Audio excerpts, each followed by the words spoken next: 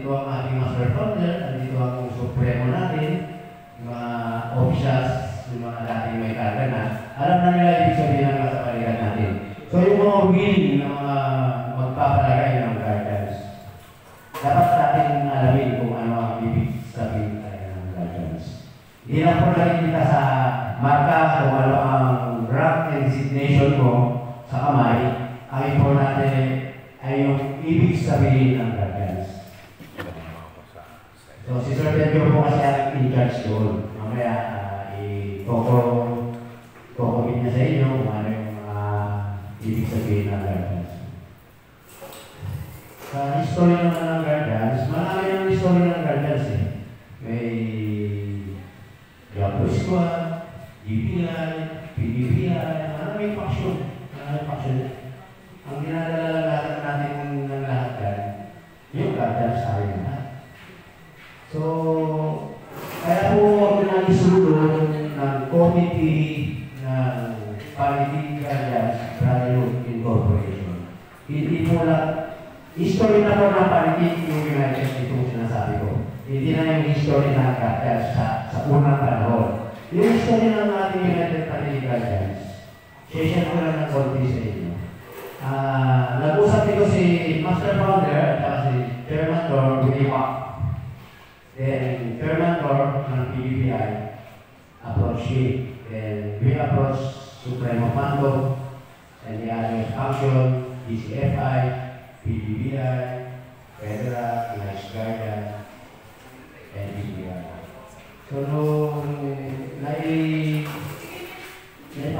namin na maganda maaring ni Master Founder Alonso na i-unite ang guardians dito sa Parity. Yun po, nagkaroon ng first Founder Course meeting para magtibay. And thankfully, dahil maraming gumalo sa lahat ng function dito sa Parity, and the second time, nagkaroon ng meeting through our Master Founder, na-invite na sila Colonel Rombawa, yung dalawang international na guardians, including General Adelaide, napadalan ng invitation, Colonel Sangala, napadalan din po siya ng invitation para maging isang saksi sa pag-unite ng ating United Parity Guardians. Maraming salamat sa mga magpapa-umbrella. Hindi kasi maganda yung magpapa-umbrella. Yun yung sa atin doon. So, you are welcome. Welcome tayo lahat. Nasa tamang landas tayo. Lalo-lalo na magiging national founder natin. At nakaupong national founder. Mabubuo na yung national natin. Andito si Master Founder. Maraming salamat po. Thank you, Master. Balik tayo dun sa briefing. Short history pa lang yan na bakit ni Brother Twins, no? Kasi meron na ako nilabas na website at nilabas ko na rin yung unang press conference ng UPGBI. Siguro mag-Facebook ka muna, idaan mo muna sa dito sa press conference. Sa YouTube na, sa YouTube yun. Yung press conference.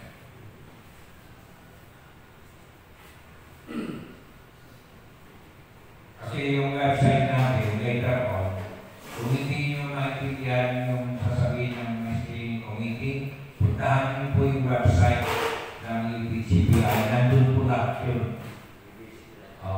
Very basic, yung mga hindi nila doon, pwede i-discuss nila sa inyo. Dahil yung tamang handshake, you know, and all other tools. Ikala mo yung press ko sa YouTube. Level. Tama sa level. iPhone ko.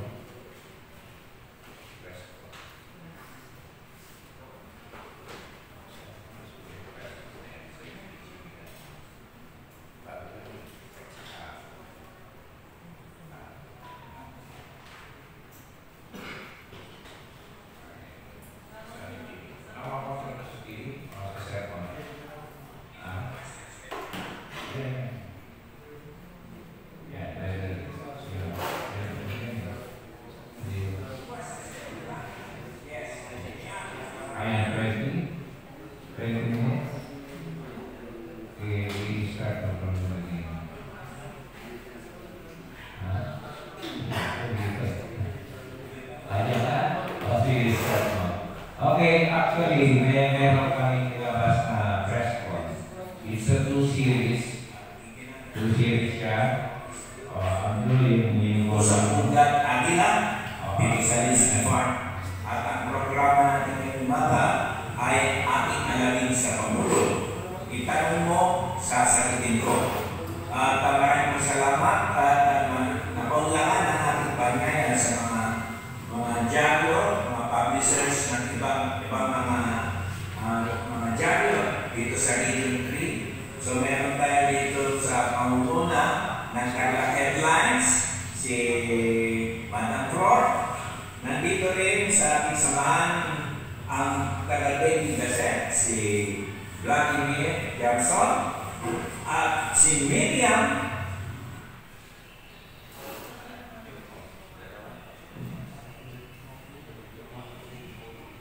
Alonso Stomin ay representing Center Point. Gagawin ko yan na dyaryo. Kasama din natin magandang umaga po sa ating lahat. Ito po ang unang press conference ng UPGBI at iginagawa po ngayon sa Office of the President. Ito po sa Pugat Agila, dito sa Lisky Farm. At ang programa natin ngayong umaga ay ating alamin sa Pangulo. Itanong mo, sasagutin ko.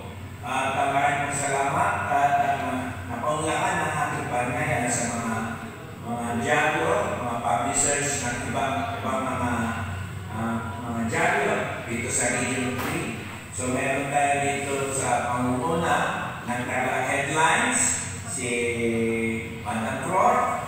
Nandito rin sa ating samahan ang taga-Daily Gazette, si Vladimir Jackson.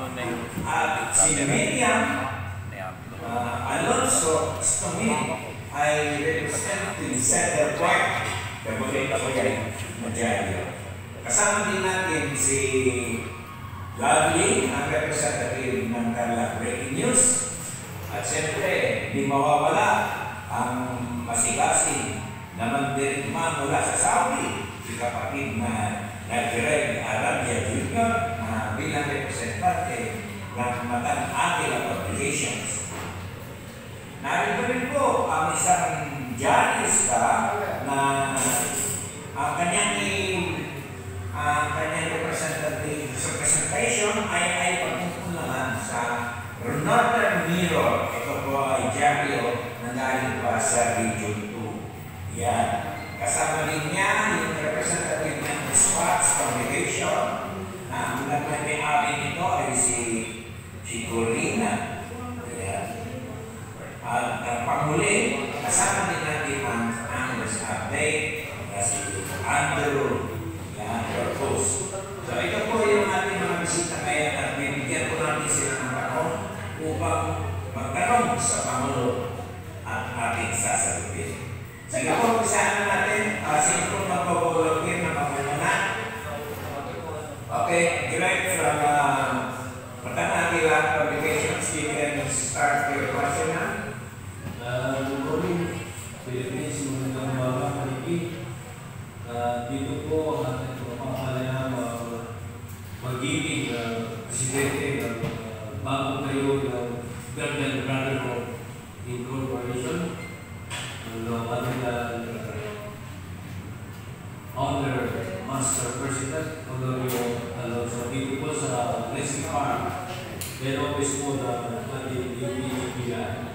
Congratulations, Mr. President, they were elected. Naniniwala po kami ng UPGBI ay isang unit ng mga guardians over the country na inyong under your leadership. Kapag natarating po namin na we are kasama dito natin po retirees, militaries, civilians, who deeper contribute their leadership sa buong Pilipinas at sa buong kapatiran ng Brotherhood Guardians, especially dito sa tinatayong UPGBI. Kasama mo natin dito ang isang kilalang military hierarchy official na si Lieutenant Colonel Supremo Domino